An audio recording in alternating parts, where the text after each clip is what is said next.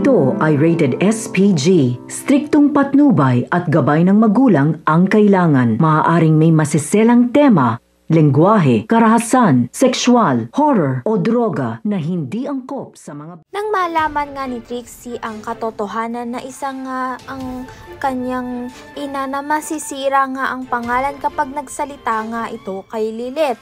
Kaya naman nga balisa nga itong si Trixie nang malaman niya nga ang katotohanan at nagdadalawang isip pa nga siya na kung sasabihin niya nga ang nalalaman niya nga dito kay Lilith. Nga kung magsasalita nga itong si Trixie kay Lilith ay madadamay nga niya ang kanyang ina at pati na rin nga itong si Attorney Renan.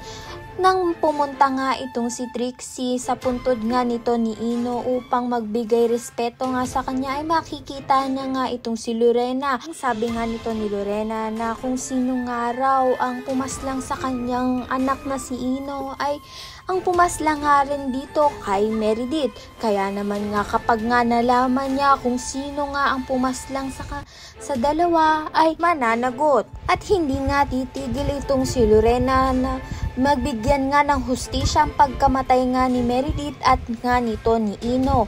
Tumahimik na nga lang itong si Trixie dahil alam niya nga kung sino nga ang tauhan na pumaslang nga sa kay Ino at dito nga kay Meredith.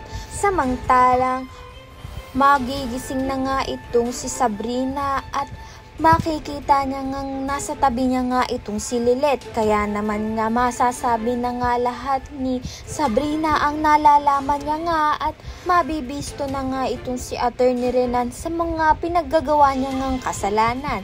Kaya naman kung isa ka nga rin sa nagnanais na makulong na nga itong si Attorney Renan ay ayan nga ang pakatutukan natin. Maraming salamat sa iyong panonood.